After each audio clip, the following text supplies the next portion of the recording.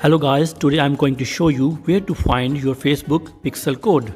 If you have already created one, please log into your business manager account and on the left side click on pixel and then click on add if you are adding it first time.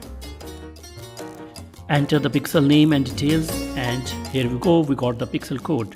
But if you close the window and later on you want to copy it on your website, you won't be able to find it, and I'm going to save your 1 hour at least in 1 minute.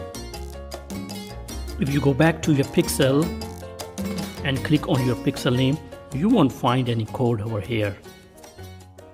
So we can find pixel code by clicking the 3 lines on top left corner and select Events Manager.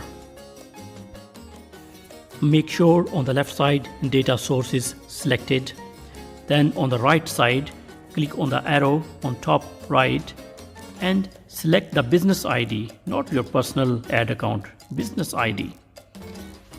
Magic, now you can see your pixel name.